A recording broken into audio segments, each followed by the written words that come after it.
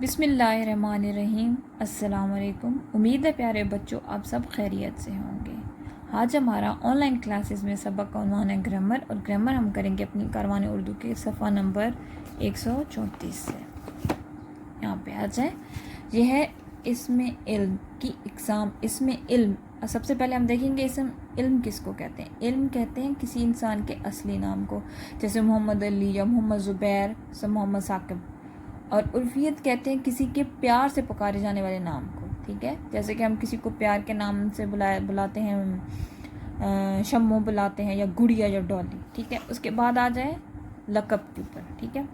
اور لقب کہتے ہیں کسی بھی خوبی پر دیے جانے والے نام کو لقب کہلاتا ہے، جیسے حضرت ابوبکر صدیق کو صدیق کہا گیا، شیر خدا حضرت علی کو کہا گیا، بابا قوم محمد علی جناح کو کہا گیا۔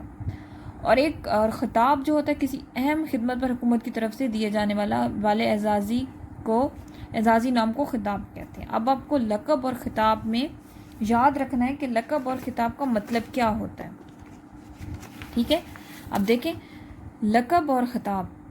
لقب وہ ہوتا ہے جو آپ کی کسی خوبی کی وجہ سے دیا جاتا ہے، جو آپ کے اندر ایک کوالٹی ہوتی ہے، جیسے سچ بولنا کسی بھی حالت میں، حالانکہ سچ بولنا بہت مشکل ہوتا ہے، لیکن آپ نے کسی بھی حالت میں سچ بولنا ہے، تو صدیق کا لقب دیا گیا حضرت ابوبکر صدیق کو۔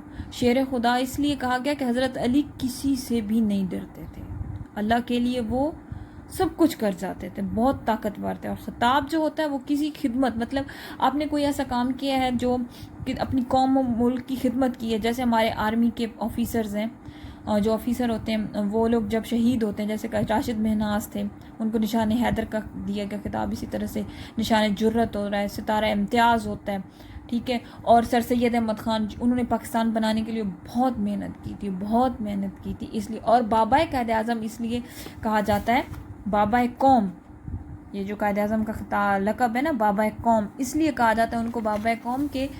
بابا قوم کا مطلب یہ ہوتا ہے کہ جس انسان کے اندر اتنی طاقت ہو، اتنی بڑی کوالٹی تھی ان کے اندر، اتنی بڑی خوبی تھی کہ انہوں نے پاکستان کو حاصل کرنے میں ہماری مدد کی، ٹھیک ہے۔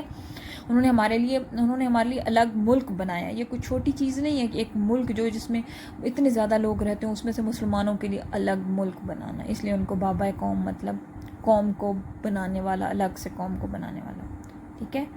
آپ نے کیا کرنا ہے کہ آپ نے ان کی علم، عرفیت، لقب اور خطاب کی اور مثالیں ڈھونڈ کر اپنی کاپی میں لکھنی ہے۔ نہیں، اس کتاب سے کاپی نہیں کرنی، اس کتاب سے نہیں لکھنی، خود سے سرچ کرنی ہے، پوچھنا ہے، اور پھر اپنی کاپیوں پہ لکھنا ہے، ٹھیک ہے۔ اپنا خیال رکھیے گا، انشاءاللہ پھر آئیں گے نئے سبق کے ساتھ، پھر حاضر ہوں گے۔ اللہ حافظ۔